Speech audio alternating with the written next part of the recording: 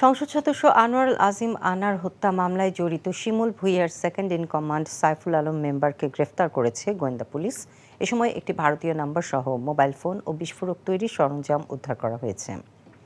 গোপন খবরে মঙ্গলবার রাত 9:30টার দিকে যশোর শহরের রায়পাড়া বাবলাতলা এলাকার একটি মৎস্য হ্যাচারি থেকে সাইফুলকে গ্রেফতার করে যশোর গোয়েন্দা পুলিশ। তিনি সেখানে কয়েকদিন ধরে আত্মগোপনে ছিলেন। যশোর ডিবি পুলিশের উপপরিদর্শক মফিজুল ইসলাম আরও জানান, সাইফুল আলম মেম্বার চরমপন্থী নেতা শিমুল ভূঁইয়ার সেকেন্ড ইন কমান্ড হিসেবে পরিচিত।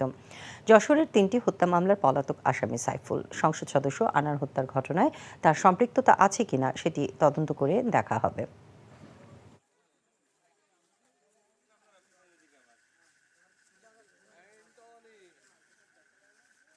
শিমুল ভূঁইয়া আছে, তার সেকেন্ড ইন কমান্ড আমরা হিসেবে জানি সাইফুল আলম মেম্বার।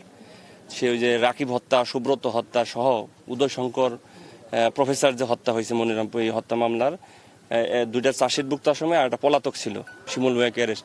এরপর থেকেই সে এখানে গাঁডা দিয়ে আছে। উনি কি ইন্ডিয়ায় ছিল?